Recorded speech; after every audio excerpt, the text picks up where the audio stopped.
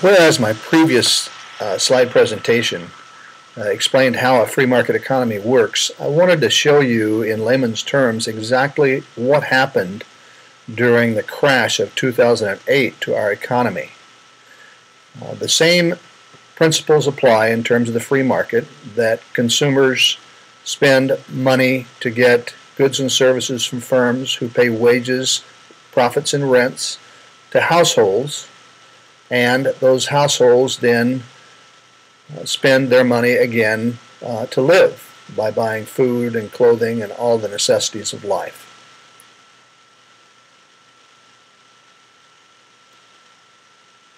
Until such time as they're making enough income, the households are, to be able to put aside some savings. These savings can be in the form of home equity, they can be in the form of savings accounts, or they can be in the form of different types of stock portfolios or commodities portfolios. Then this money is used to raise investments for companies. In other words, companies go to Wall Street, or in this case investments, to sell their stocks so that they can get added capital to increase the size of their business in some way or form. It can also be that they go to borrow money, because borrowing directly from the people that participate in the stock market can be less expensive than borrowing from banks. So we see the flow of money as it goes from consumption to the firms, to the wages, profits, rents, and then to the households. And this continues to go around and increases as the economy grows and as people continue to want and need goods and services, until such time as they have additional income, which they then use for the purpose of investments, and then these investments plow the money right back into the firms, which allow the economy to continue to grow. Notice that the government is outside of the complete process of a free market economy. What happened in 2008 is a combination of things. One is that Wall Street firms had created these things called derivatives, whereby they would package groups of home equity loans or mortgage loans and sell them off in packages to individual investors. These investors could have been anywhere in the world, from Europe to the Far East to here in America. They could be individuals, or they could be retirement accounts, any number of different things.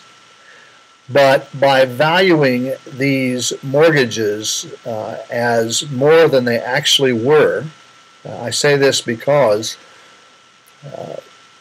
Congressman Frank and Senator Dodd had worked closely to put pressure from the government on the banking community to loan mortgages for people that could not afford them.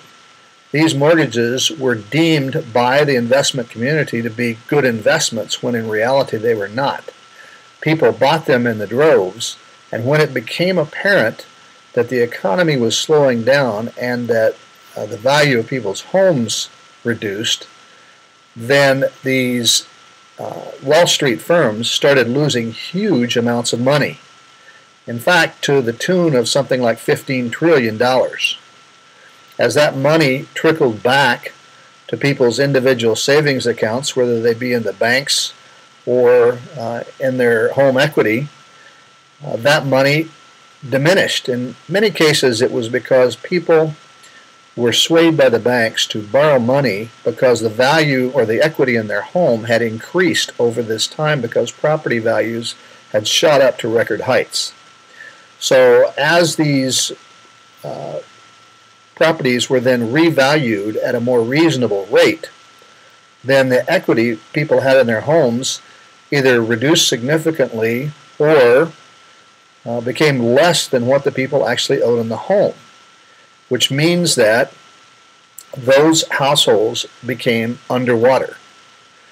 Now, how that operates with the free market economy is that less people are spending money by purchasing goods and services, which means that firms then lay off people or reduce their profits, even make losses, and the value of rentals goes down, which in turn makes it harder for people to get by. There's certainly no discretionary income to continue investing in their savings, or even for investment firms to make money by raising money for firms. What has happened is that the investment community, Wall Street, has created these investments that they can continue to buy and sell back and forth between each other that allow them to become mega rich, but which really don't plow money back into the economy like a free market economy is supposed to work. So, there are two forms of economic theory as to how to deal with the economy. The first of which is the Keynesian method. And the Keynesian method says that the government should be able to regulate the economy in its ups and downs by using a combination of monetary policy and fiscal policy. Monetary policy meaning how much money is in the money supply at any given time, how many dollars are printed. And the fiscal policy is through a form of taxes, taxing some firms, not taxing others, those types of things.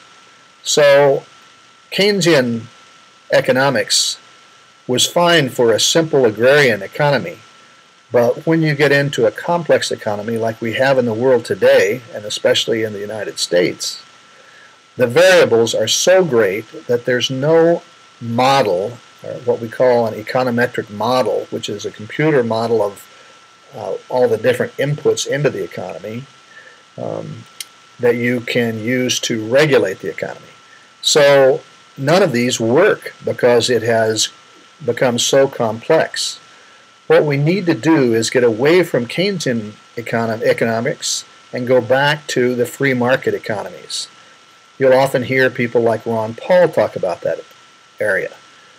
And we need to keep government out of the free market because the government chooses winners or losers. We'll go into that in just a minute. Thanks very much for paying attention.